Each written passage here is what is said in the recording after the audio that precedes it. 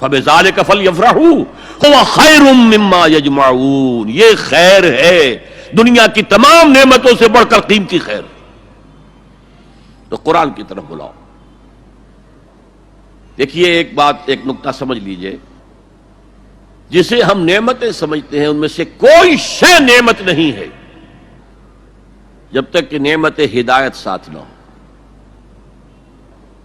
آپ کو اللہ نے دولت دی، نعمت نہیں ہے، اگر ہدایت نہیں ہے آپ کو عیاشی میں اور طرح طرح کی غلط حرکتوں کے اندر مبتلا کرے گی، اسراف اور تبذیر کے راستے دکھائے گی۔ تو یہ دولت نعمت تو نہ ہوئی، زحمت ہوئی، رحمت تو نہ ہوئی۔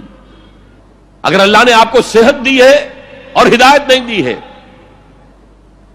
آپ غلط کاموں میں اپنی اس جسمانی قوت اور صلاحیت کو صرف کریں گے۔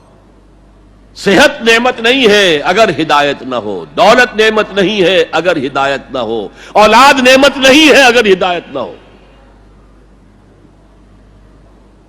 اس کے لیے تو مسئول ہو جائیں گے آپ اللہ کے ہاں۔ آپ نے اپنی اولاد کو کیا تربیت دی تھی؟ نعمت ہدایت، ہدایت ہے وہ شے، اس کے ساتھ جڑ کر جو چیز آئے وہ نعمت ہے، اس کے بغیر کوئی نعمت نہیں۔ اور الہدا قرآن حکیم ہے، تو عظیم ترین نعمت قرآن ہے، خیر اعظم قرآن ہے۔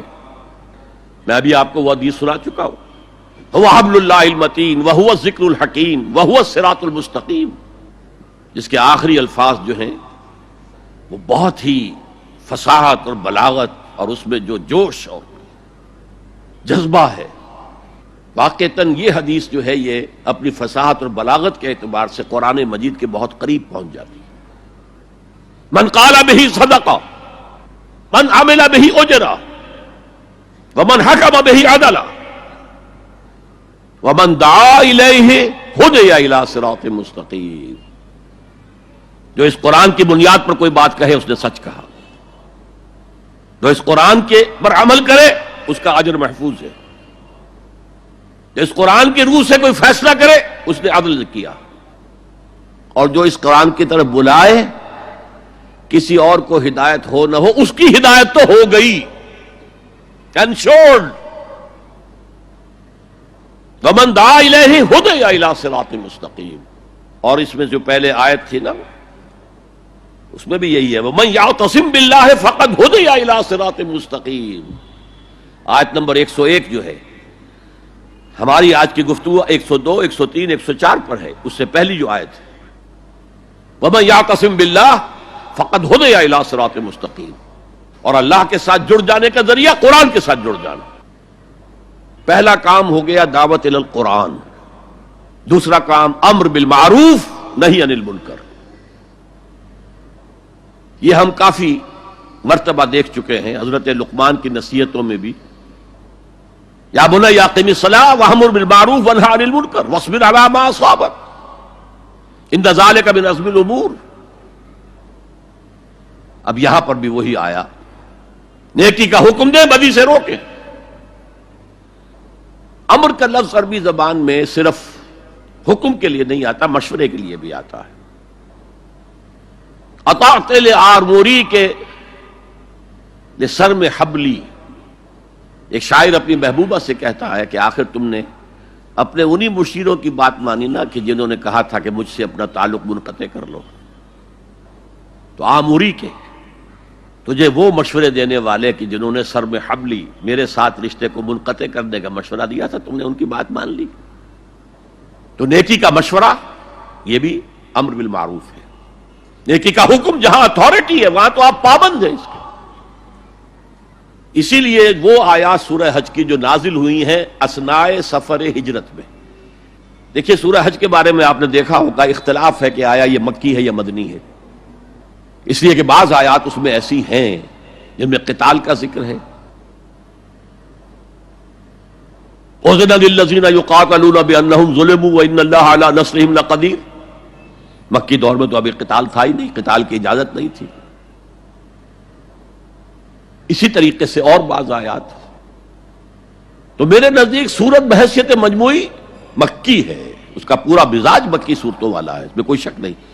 البتہ کچھ آیات اس میں مدنی نہیں بلکہ اس اعتبار سے برزخی ہیں کہ حضور جب مکے سے تشریف لے جا رہے تھے مدینے کی طرف اس اثناء میں نازل ہوئی.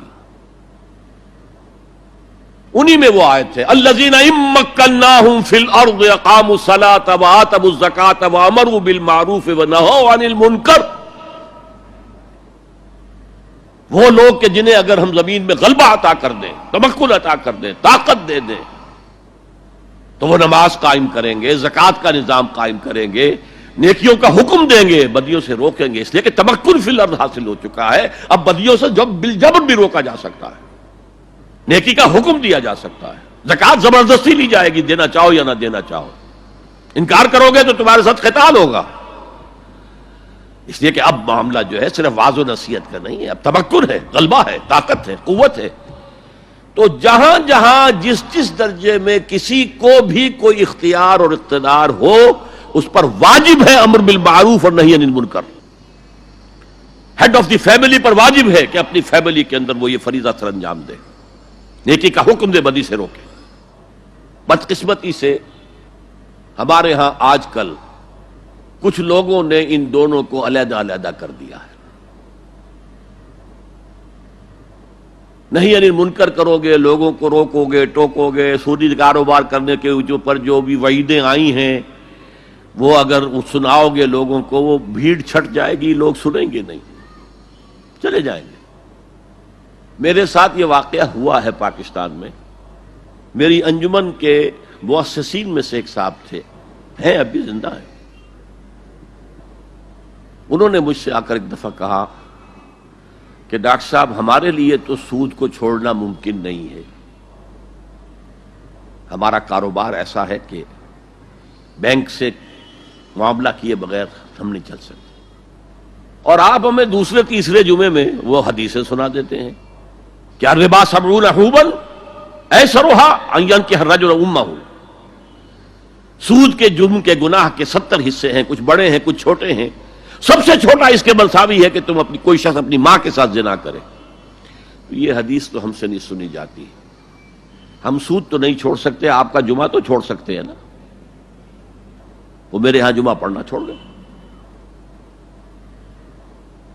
اب یہ صورتحال ہے کہ کچھ لوگ اسی خوف سے کہ لوگ یا رب فاجمعنی بكل الصحب والأحباب واكتب لنا أن ندخل الجنات بالريان.